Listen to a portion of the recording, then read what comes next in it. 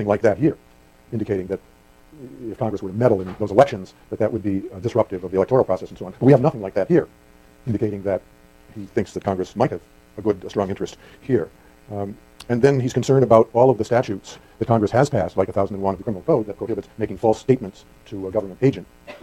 For example, when you come into the country and you go through customs and they ask you where you've been, and you have just come in from Cuba illegally, and you say Mexico, that's a crime. And the court has never indicated that there's any First Amendment issue with regard to making false statements to a government agent a crime.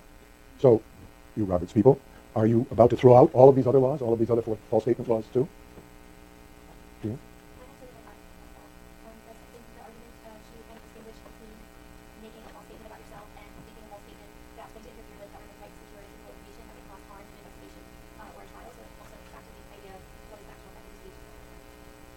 Mm-hmm. Ariel?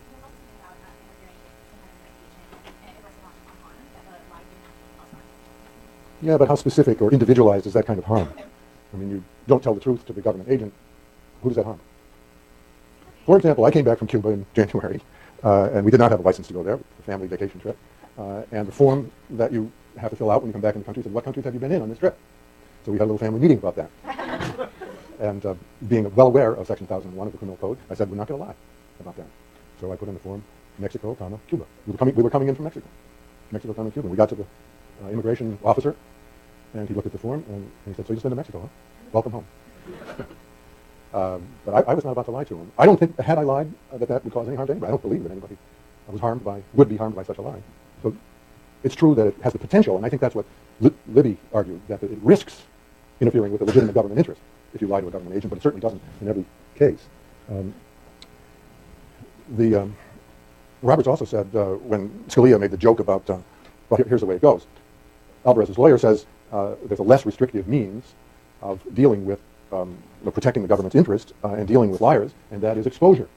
And Scalia jumps in and says, yeah, there ought to be a medal of shame, that the government could stigmatize the liar by publicizing that he had lied and shaming him and so on. And Roberts said to Libby, no, you can't do that under your theory of the case, because that would be punishing, that would be a sanction for having lied. And you're saying this is protected speech. The government can't sanction it, even though it's not a criminal sanction. Well, we can liken it to what's actually happened, what actually happens, right? He said, well, that's pretty much what media does, what the public does. So you can compare that medal of shame to just like public shame that will come anyway. Yeah. But if the government were to do the shaming and make a big deal of it, that's an interference with the freedom of speech. And if you're saying it's protected speech, then the government should not be allowed to have a shaming program, even though it's a less restrictive means than criminal prosecution itself. Well, Kennedy is all over the place here. And those of you who thought he would go for Alvarez, how do you deal with his statement that this lying does diminish the medal in many respects? In other words, does cause harm, does undermine the government's interests, as expressed by the Congress, right?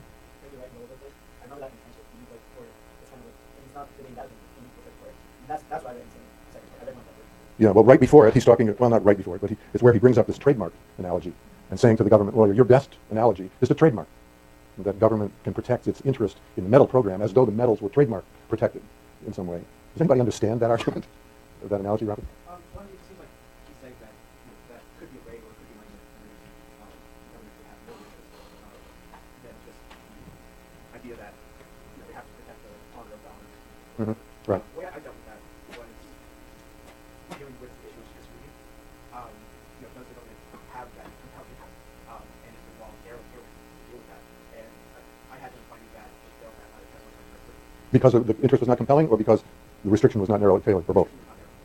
It was too intrusive, and kind of in a nod to what Ginsburg was saying in the argument.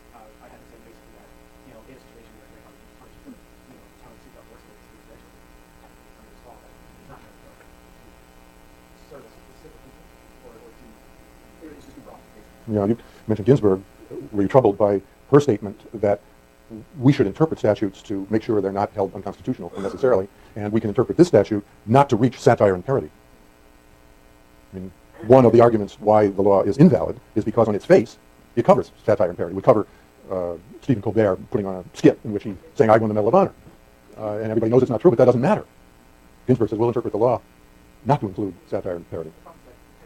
During the argument, there was a lot of talk about the court not wanting to get into a situation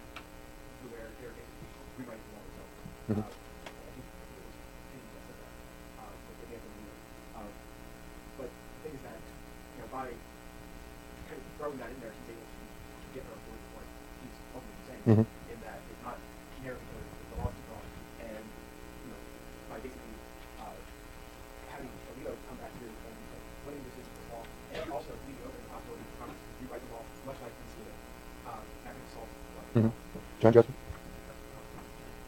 Oh yeah, it seemed like there were more ways to it seemed like there were more ways to deal with South Carolina and still see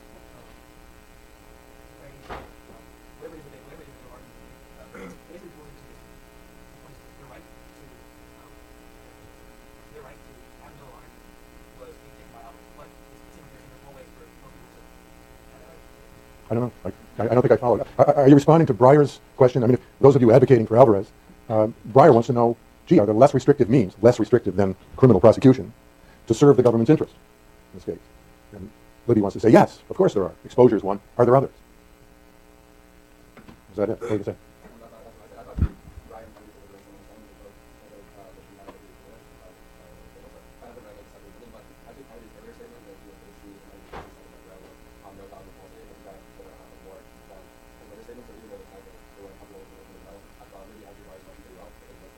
Mm-hmm. Mm-hmm. Well, Did somebody like make a comment about how like the soldier went to the water, like he doesn't need any less than that? yeah. So like a government thing about it. Well, the government didn't introduce evidence that any individual was even upset by a lie like this. But that doesn't mean that the court couldn't say, as Kennedy says, it's a matter of common sense that the value of the medal is diminished by all of these imposters, if there are a lot of them.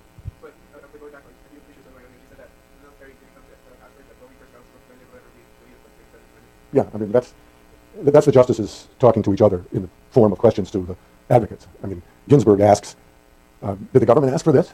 Did the military ask for this? And the government lawyer says no. And Scalia jumps in and says, well, did the commander-in-chief sign the legislation? The president? Well, of course he did. So in that sense, you could say that the military did ask for it. Well, if the government wins the case, what likely will be the court's reasoning?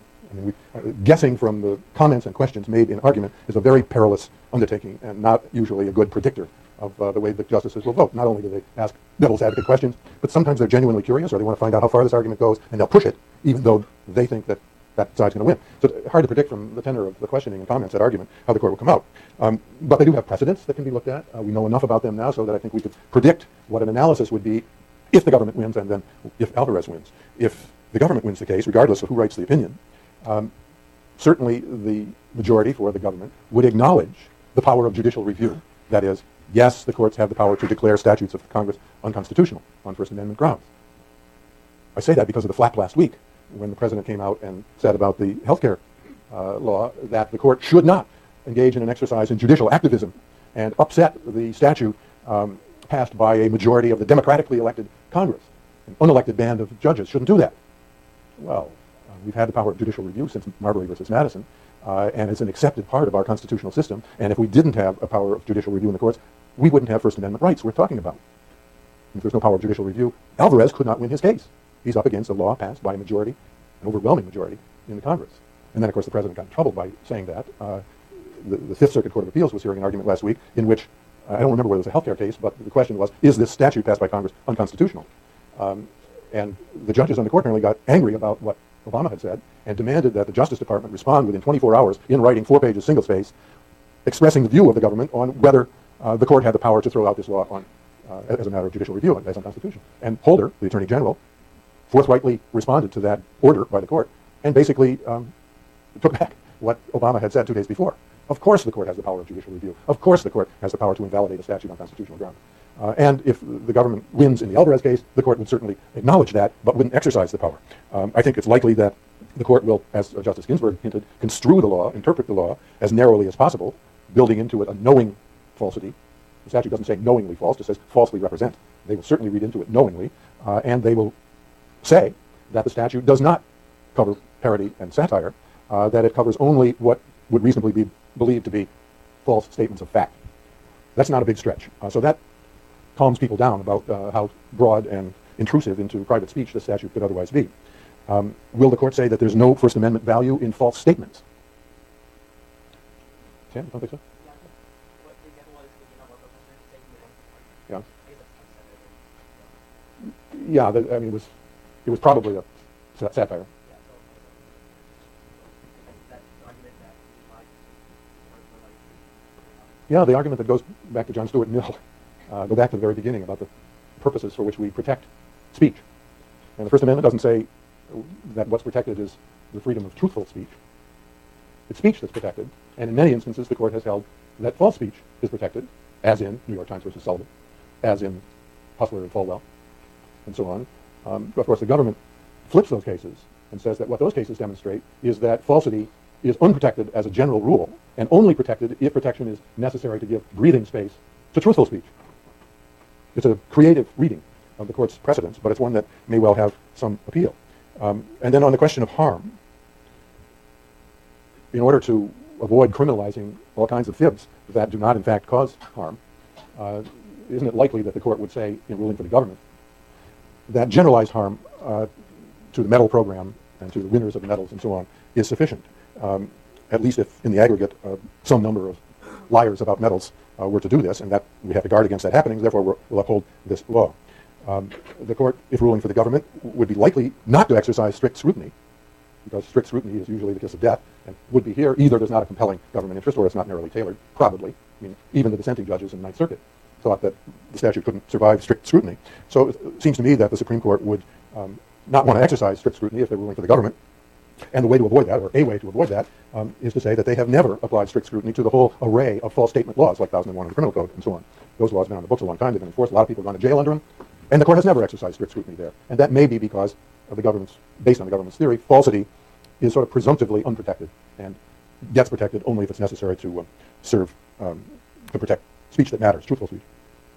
And then the government argues, well, even if strict scrutiny has to be exercised, I don't see the court going there, but the court could say, even if strict scrutiny is applied, there is a compelling interest here. I think that would greatly dilute the meaning of compelling and be a dangerous precedent for future free speech cases to say that this was a compelling interest that the government had. But what the court could say, if they say that, is that this statute is as narrowly tailored as you can get. I mean, this is highly specific about a lie that a person knows to be a lie, about something that is uniquely within his knowledge, about a medal, and not having received it. And it's not a broad, loosey-goosey kind of prohibition that would entrap the unwary and people who are not speaking carefully. This is a law that would, as some of the justices hinted, would not chill any protected speech enforcing this law. So that's one way the court could rule for the government, or several ways the government could win the case. If Alvarez wins the case, I suppose the analysis would be quite different. Would it be Kennedy writing? Would it be Roberts writing? Probably one of the two. You'd start with saying, well, what this law prohibits is pure speech. No conduct involved here. It's just words. And go from there to saying that truth is not the sine qua non of First Amendment protection, that we have protected untruthful speech, knowingly false speech in several cases. And that the government's innovative argument that there's something about breathing space that accounts for that is not really borne out by the cases. They didn't say that. That's the government arguing that, and we don't necessarily agree. The false speech is not a category of unprotected speech. It's not like obscenity. It's not like fraud. It's not like perjury, that it's unprotected in all contexts. False speech has been protected. It's not for the same reason